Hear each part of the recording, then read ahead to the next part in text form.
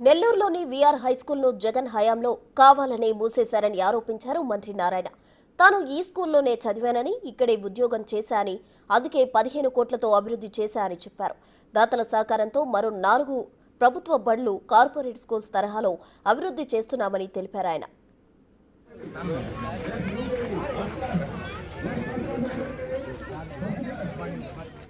July 7న మంత్రి Lokesh we are హైస్కూల్ను ప్రారంభిస్తారంటున్న మంత్రి నారాయణతో మా ప్రతినిధి సురేంద్ర ఫేస్ టు ఫేస్. ప్రభుత్వంలో నడపలేమంటూ మూసేసినటువంటి వీఆర్ మున్సిపల్ హైస్కూల్ని డెవలప్ చేసి అత్యాధునికమైనటువంటి టెక్నాలజీతో ఈ యొక్క స్కూల్ను కూడా నేడు మంత్రి నారాయణ ప్రారంభించడం జరిగింది. ప్రస్తుతం మనతో పాటు నారాయణ ఉన్నారు. ఒకసారి ఆయన మాటలను తెలుసుకుందాం. సార్ చెప్పండి, ఈ యొక్క స్కూల్కి సంబంధించి మీరు తీసుకొని ఇంత డెవలప్ చేయడం ఎలా, ఎందుకన్నారు? ఈ స్కూల్లో నేను యాక్చువల్గా చదివానండి. 6వ తరగతి నుంచి 10వ తరగతి దాకా ఇదే కాలేజీలో 2 సంవత్సరాలు ఇంటర్మీడియట్ చదివాను. ఇదే కాలేజీలో డిగ్రీ 3 సంవత్సరాలు చదివి యూనివర్సిటీ ఫస్ట్ వచ్చాను. ఇదే కాలేజీలో యాక్చువల్గా ఉద్యోగం పార్ట్ టైం లెక్చర్గా ఒక 2 ఏళ్ళు చేయడం జరిగింది ఇదే స్కూలు కాలేజీలో. అయితే 2014-19లో ఈ స్కూల్ పైన రూములు ఖాళీగా ఉంటే 11th and 12th యాక్చువల్గా స్టార్ట్ చేసాము. 300 మందికి హాస్టల్ అకామిడేషన్ యాక్చువల్గా క్రియేట్ చేసాం. అందులో 150 మందికి నెల్లూరు కార్పొరేషన్ వాళ్ళకి, 150 మంది ఇతర జిల్లాలకు కూడా ఇచ్చాను. అయితే ఎంతోమంది ఐఐటి, ఎన్ఐటి మెడికల్లో జాయిన్ అయ్యారు. నిజంగా చాలా సంతృప్తిని ఇచ్చింది. అయితే గత ప్రభుత్వం ఇలాంటి స్కూల్ నెల్లూరు నడివడ్డులో ఉన్న ఈ స్కూల్ మూసేసింది. ఎందుకు మూసేశారో మనకు తెలియదు. అయితే ఎలక్షన్స్ ముందు నేను చెప్పాను, 125 సంవత్సరాలు కలిగిన చరిత్ర కలిగింది, నెల్లూరు నడివడ్డులో ఉండేది, ప్రభుత్వ రంగాన్ని తెరుస్తామని మాట చెప్పిన ప్రకారం ఈ స్కూల్ని నారాయణ గ్రూప్ మా పిల్లల యొక్క సపోర్ట్తో, అటు ఎన్సీసీ వాళ్ళ సపోర్ట్తో దీన్ని చక్కగా తీర్చిదిద్దారు. ఇంటర్నేషనల్ స్కూల్ స్టాండర్డ్స్ యాక్చువల్గా తీర్చిదిద్దారు. నిజంగా ఎంతో ఆనందంగా ఉంది.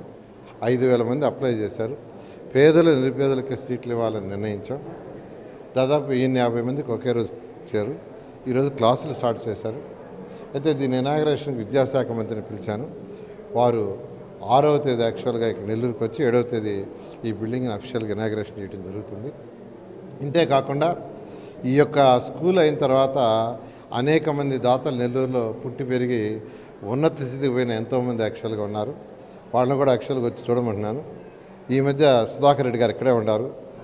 డిఎస్ఆర్ కన్స్ట్రక్షన్ కంపెనీ వారు కూడా నెల్లూరులో పుట్టి పెరిగి వారు ఈరోజు బెంగళూరు, హైదరాబాదు, చెన్నైలో కన్స్ట్రక్షన్ చేస్తూ ఉన్నత స్థితికి పోయారు. వారి ఇక్కడికి రావటం చూడటం వెంటనే నేను కూడా ఒక స్కూల్ చేస్తాను ముందుకు వచ్చారు. ఇక పక్కనే ఉండారు. ప్రత్యేకంగా ధన్యవాదాలు చేస్తున్నాను.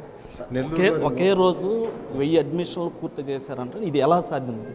అంటే 5,000 మంది యాక్చువల్గా అప్లై చేశారండి. సచివాలయం స్టాఫ్ యాక్చువల్గా చేశారు. తర్వాత సచివాలయం స్టాఫ్ని స్క్రూటినైజ్ చేయమని మున్సిపల్ కమిషనర్ గారికి ఇన్స్ట్రక్షన్ ఇచ్చాను. వీళ్ళల్లో ఎవరైతే పూరెస్ట్ పూర్ అంటే తల్లులు లేని వాళ్ళు, తండ్రులు లేని వాళ్ళు, తర్వాత పాసి పని చేసుకుంటూ ఉంటారు కొందరు, వాళ్ళు బీడీ చుట్టలు చుట్టుకుంటారు, రోజుకి 50 రూపాయలు 100 రూపాయలు సంపాదించుకునేవాళ్ళు, అటువంటి వాళ్ళని ప్రత్యేకంగా సర్వేపల్లి కాలువ కట్ట, జాఫర్ కట్ట, పెన్నా కట్ట, కుసుమ హరిజన వాళ్ళు ఉండేవాళ్ళని ఐడెంటిఫై చేయమన్నా వాళ్ళు ఐడెంటిఫై చేశారు. వాళ్ళని ఒక ఆదివారం యాక్చువల్గా last before Sunday Narayana group బస్సులే పంపించి వాళ్ళని పిలిపించి ఇక్కడ చూపించి ఆ రోజు ఇక్కడ హెడ్ మాస్టర్ గారు యాక్చువల్గా అడ్మిషన్స్లో వచ్చేయడం జరిగింది. ఇటు మొత్తం మీద కూడా ఏదైతే గతంలో నడపలేమంటూ కూడా మూసేసినటువంటి ఈ యొక్క వీఆర్ మున్సిపల్ హైస్కూల్ని మళ్ళీ ప్రారంభించడం, ఈ యొక్క పేద మధ్యతరగతి కుటుంబాలు ఎవరైతే ఉన్నారో వారందరికీ చదువుని అందించేందుకు ఈ యొక్క స్కూల్ను కూడా ప్రారంభించడం జరిగిందని చెప్పి కూడా ఇటు మంత్రి నారాయణ చెప్తున్నారు. కెమెరామెన్ మనోజ్తో సురేంద్ర, బిగ్ టీవీ.